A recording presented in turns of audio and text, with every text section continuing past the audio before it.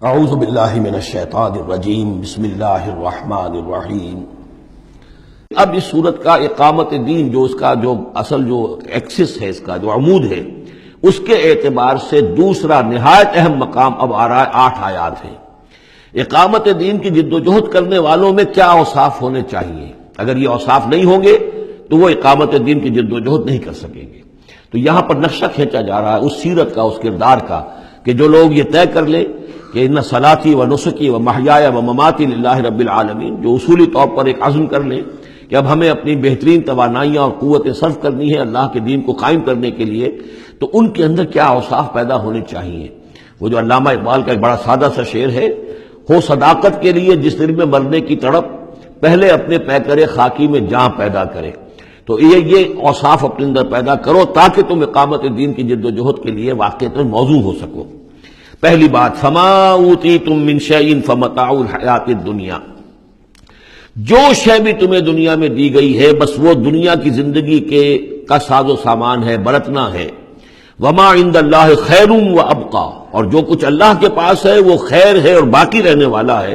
للذین آمنوا وعلی ربہم یتوکلون، ان لوگوں کے لیے کہ جو ایمان رکھتے ہو اور اللہ پر، اپنے رب پر توکل کریں۔ یعنی پہلی بات یہ کہ دنیا و ما فیہا سے ان کا قلبی تعلق جو ہے وہ اس طرح کا ہو جائے کہ اس کی کوئی اہمیت اور وقت ان کے دل میں نہ رہے، اور انہیں یقین ہو جائے کہ اصل میں ہمارا مطلوب آخرت ہے، ہمیں جو چاہیے وہ آخرت ہے، اور اس کی طلب ان کے دل کے اندر راسخ ہو چکی ہو۔ جب تک یہ بے رغبتی نہیں ہوگی دنیا سے، اگر کہیں بھی یہ دنیا کی محبت جو ہے کہیں وہ لگی ہوئی ہے، پھانس آپ کے دل میں چبھی ہوئی ہے، تو ہو سکتا ہے کہ وہ کہیں اڑنگا لگائے گی اور آپ جو ہے اپنے خیال میں تو بڑی ترقی کر رہے ہیں اقامت دین کی جد و جہد میں، لیکن کہیں وہ ایسی اڑنگا لگائے گی کہ اندھے منہ نیچے گریں گے۔ پہلا فیصلہ یہ ہے کہ آدمی طے کر لے کہ میں طالب آخرت ہوں یا طالب دنیا ہوں، اور نمبر 2 یہ کہ توکل اللہ پر۔ یہ ایک آیت کے اندر یہ 2 شرطیں آئی۔ اب آگے چلیے، والذین یجتنبون کبائر الاثم والفواحش، اور وہ لوگ کہ جو اجتناب کرتے رہیں بڑے بڑے گناہوں سے اور بے حیائی کے کاموں سے۔ ظاہر بات ہے کہ اپنی سیرت کو ان چیزوں سے اگر پاک نہیں کریں گے تو اس قدم میں، اس میدان میں آگے نہیں بڑھ سکتے۔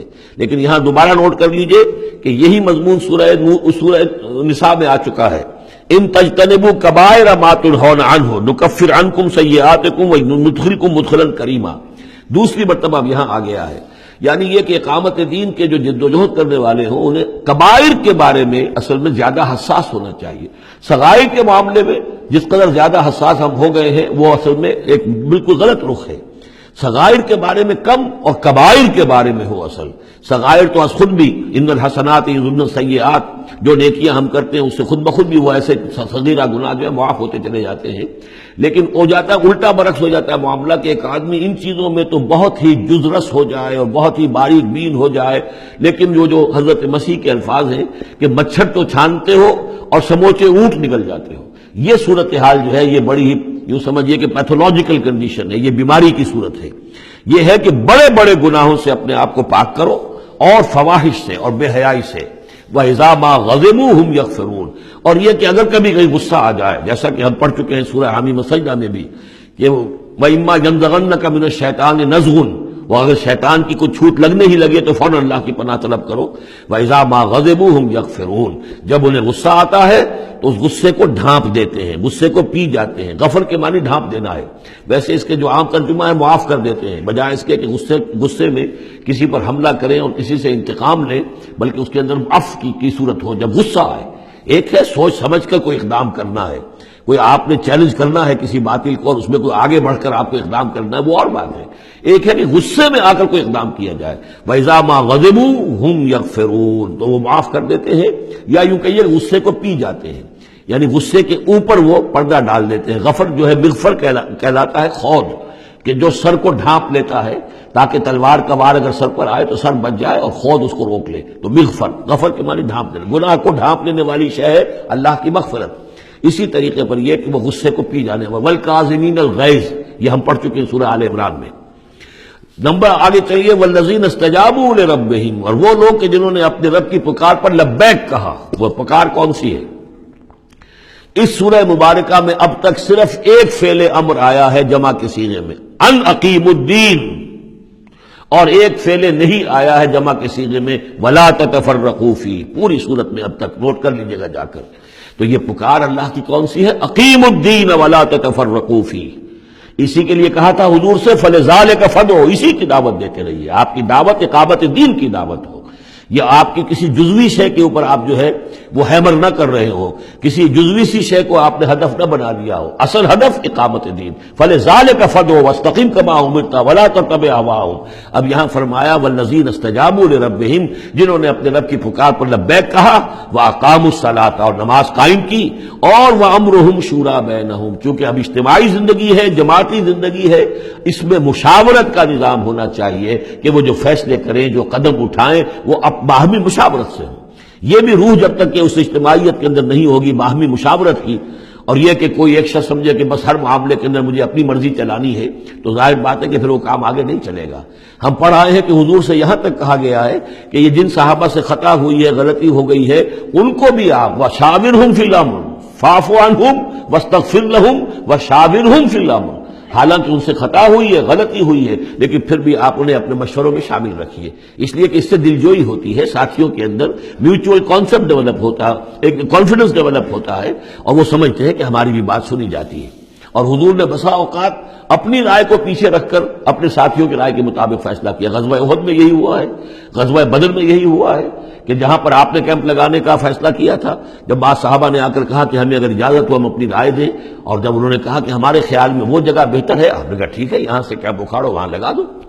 وَأَمْرُهُمْ شُورَى بَيْنَهُمْ وَمِمَّا رَزَقْنَاهُمْ يُنْفِقُونَ. ایک اور شے جو لازم ہے اقامت دین کی جد و جہد میں، جہاں وقت لگے گا، جہاں آپ کی توانائی صرف ہوگی، اس میں پیسہ بھی لازم درکار ہے. وہ دعوت دین کا کام ہو، اقامت دین کی جد و جہد ہو. وَمِمَّا رَزَقْنَاهُمْ يُنْفِقُونَ، یہ انفاق کا مضمون آ گیا، اور جو کچھ کہ ہم نے انہیں دیا ہے اس میں سے وہ انفاق کرتے ہیں. وَالَّذِينَ إِذَا أَصَابَهُمُ الْبَغْيُ هُمْ يَنْتَصِرُونَ.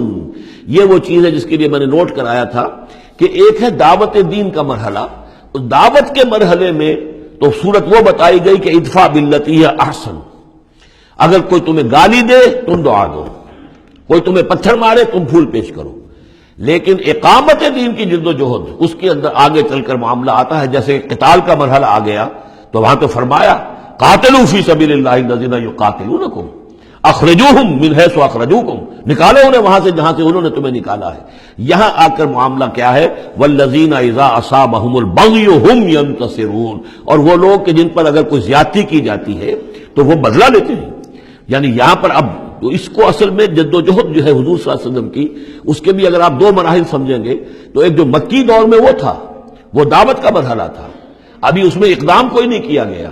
لیکن جب اقامت دین کے لیے اقدام شروع ہو جائے گا، آگے بڑھ کر باطل کو چیلنج کریں گے، تو اب وہ بات نہیں چل سکتی کہ معاف کر دیا کریں. وہاں تو بلکہ یہ ہے کہ جو غزوہ بدر میں جو اسیر ہوئے تھے ان کو بھی اگر فدیہ لے کر چھوڑ دیا گیا تو اللہ تعالیٰ کی طرف سے اس پر بھی اظہار ناپسندیدگی ہو گیا. بلکہ حضرت عمر کی رائے کی جو ہے گویا کہ تائید کی وہی نے کہ ان کو تو سب کو قتل کیا جانا چاہیے تھا، اور وہ ہمارے اندر جو ان کے رشتہ دار ہیں قریبی، وہ اپنے ہاتھ سے قتل کرتے. اس لیے کہ یہ فدیہ دے کر چلے جائیں گے، ظاہر بات ہے کہ اگلے سال وہی لوگ اکثر و بیشتر آ گئے کہ نہیں آ گئے، وہ چڑھائی کر کے آ گئے احد کے اندر. تو اس لیے وہاں پر آ کر جب اقامت دین کا مرحلہ جو ہے اقدام کے مرحلے میں وہ جد و جہد آتی ہے تو اس میں ہے والذین اذا اصابہم البغی ہم ینتصرون. یہ گویا کہ ان دونوں مراحل کا آپس کا فرق اور تفاوت ہے. صدق اللہ العظیم.